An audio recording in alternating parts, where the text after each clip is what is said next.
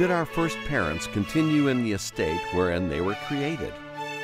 Our first parents, being left to the freedom of their own will, fell from the estate wherein they were created by sinning against God. In this next question, we take up the doctrine of the freedom of the will. So the freedom of the will. The Catechism is referring to man's first state. And it says that in his first state, in the Garden of Eden, he had freedom of the will. And in that freedom, he fell from that estate. He used the freedom of his will to sin against God. So he fell from the estate by sinning against God.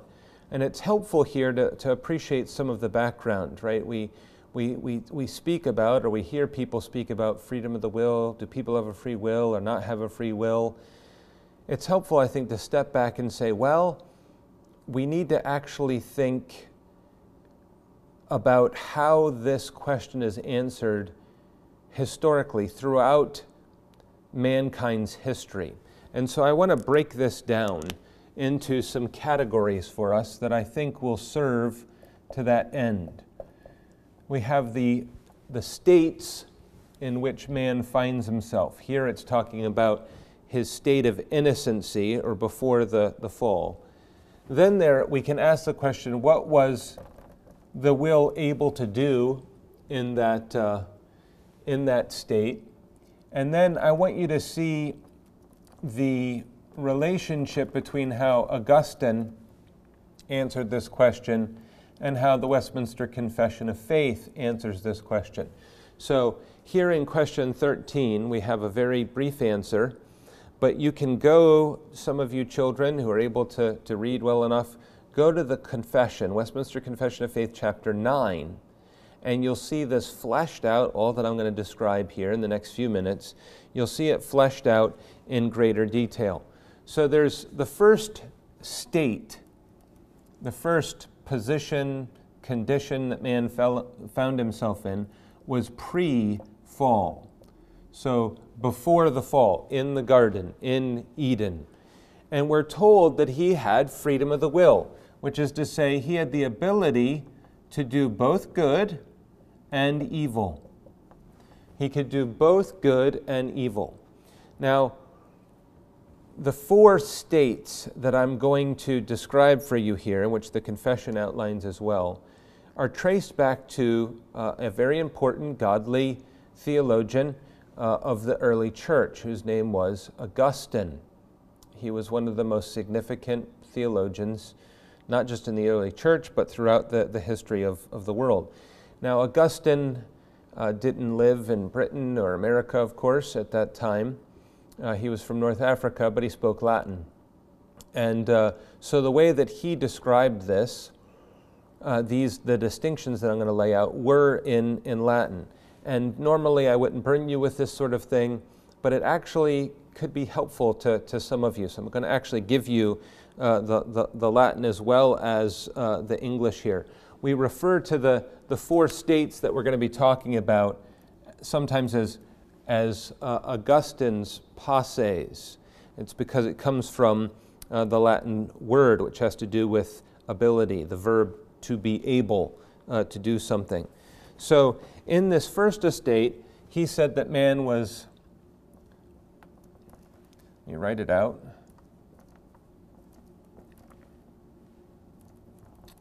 he was posse non peccare. Posse non peccare, which means able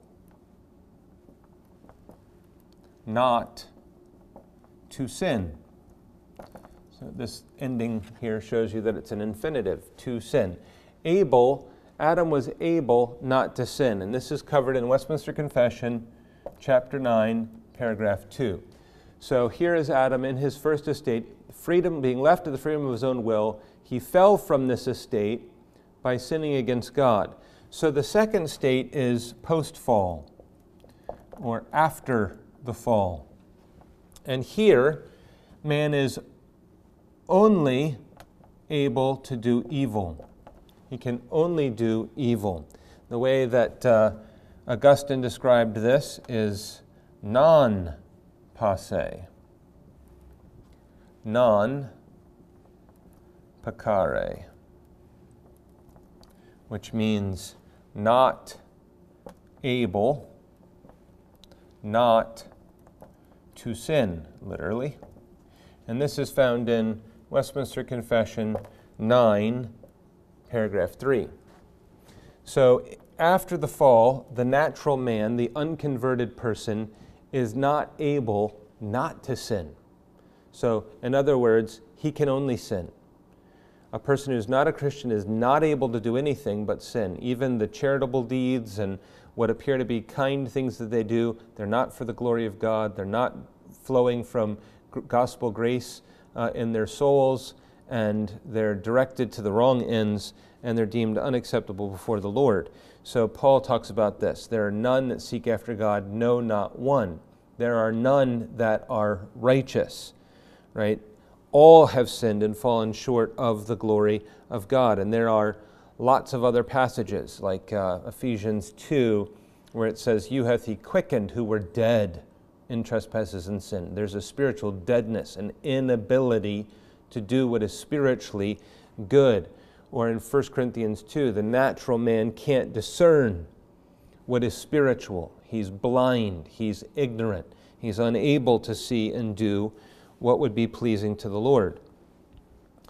The next estate, due to the gospel, is post-conversion. So a person becomes a Christian. And in that estate, they're able to do both good and evil. So now a Christian can do things that please the Lord as well as sin. Here, the way that Augustine described this is posse peccare et non peccare, which means able to sin and not to sin. So he's both able to sin and not to sin. You'll see this in Confession 9, paragraph 4. So the Christian is in a position where he or she is able to do what pleases the Lord as well as able to sin at times. So you'll see in Romans 7, there's Paul describing the war within the Christian. He sees the law of God, it's holy, just, and good. He delights in it after his inward man, but he also discovers another law that is within him, the law of indwelling sin that wars against him, so that there are times when what he wants to do, he doesn't do. What he doesn't want to do, he does do at times. And so there's this battle that's taking place. Man is able, the Christian is able to do what's genuinely pleasing to the Lord and glorifies him, and they're also able to sin against him. The third state is heaven. In heaven, man is only able to do good. Here, the way that Augustine put it is non posse peccare, which by this point you can translate for yourself if you've been following, right? Not able to sin. Not able to sin. And this is in chapter 9 of the Confession, paragraph 5. So you can see the relationship. You can see that the Westminster Confession, our Reformed fathers weren't just producing things out of thin air. There was a context for the questions in which they were discussing and debating things. This whole question of free will was set against this backdrop, and they overtly rely upon the truth that had been taught from the ancient church by a theologian named Augustine. And the Latin here is so simple. You only need to know, what, three words, right? Posse is the word able, known, not, and peccare, to sin. And it's just different combinations of those same words. So for those who are interested, the children could memorize this little bit of Latin and be able to keep the distinctions in their head. So we come to heaven, And just as I was explaining in a previous question, the angels were confirmed in their righteousness, the elect angels, and not able to sin. They go on in that holiness for all of eternity. That will be the privilege of the Christian as well, that after we die, our souls are made perfect in holiness, the Catechism says later on. Our bodies, still in union with Christ, rest in the graves until the resurrection. And at the second coming of Christ, we have resurrected bodies, sinless souls, united in the service of God for all of eternity, so that you're not able to sin, you're not inclined to. Right now, because of indwelling sin in our souls, there is still an appetite for sin and an inclination towards sin. In heaven, we are perfected. The completed work of redemption is brought to its height, and we don't have an appetite for sin, and we won't have inclination for sin. What's more, we will not have the ability to sin. It will be impossible for us to sin. And you'll see this in several places as well. It speaks about the just that are perfect in Hebrews 12. In 1 John 2, it speaks about how when we see Christ, we will be made like him. So we will be made without sin. You see it in places like Jude 24 and so on. So subsequent to the Westminster Confession, others have picked up on this. So one book is Thomas Boston. He was a Scottish Presbyterian minister in the 1700s, early 1700s, his ministry was.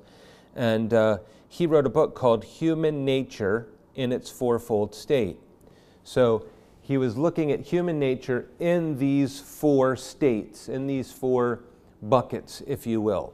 And it ended up becoming a classic. It was, along with Pilgrim's Progress, one of the most read books, at least in Scotland, for quite a long time. Even in the 19th century, most people would have had a copy of that on their shelf, where he fleshes out this doctrine in some detail. So when the question comes up now, what about man's free will? Does man have a free will?